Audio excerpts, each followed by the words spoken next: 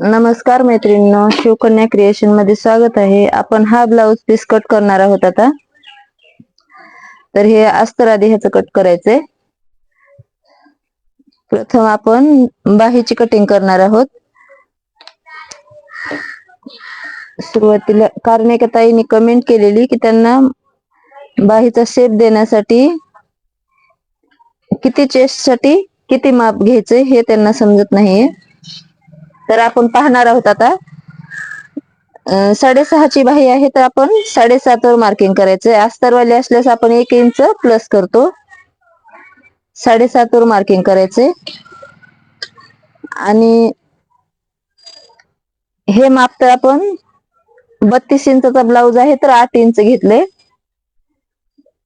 आता हे बाहीचा शेप देण्यासाठी समजत नाहीये तर ते आपण आता 32 इंचचा ब्लाउज आहे तर आपण 3 इंचावर मार्किंग करणार आहोत इथे बाहीचा शेप देण्यासाठी. समजा आता इथे 32 इंचचा आहे, 34 इंचचा असतं तरी आपण इथे 3 इंचावर मार्किंग केलं असतं. 35 इंचापर्यंत आपण 3 इंचावर मार्किंग करू शकतो.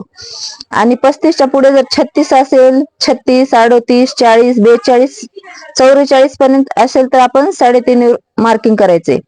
आणि त्याच्या पुढे 45 असेल तर मग 4.5 पर्यंत आपण मार्किंग करू शकतो.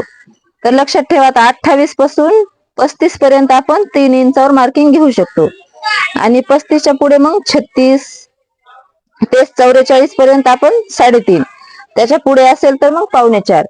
आणि आता हे पण समजून घ्यायचं की हे आपण जे 8 इंच मार्क घेतलंय ना माप, त्याच्यातच आपण मार्जिनचं 1.5 इंच घ्यायचंय.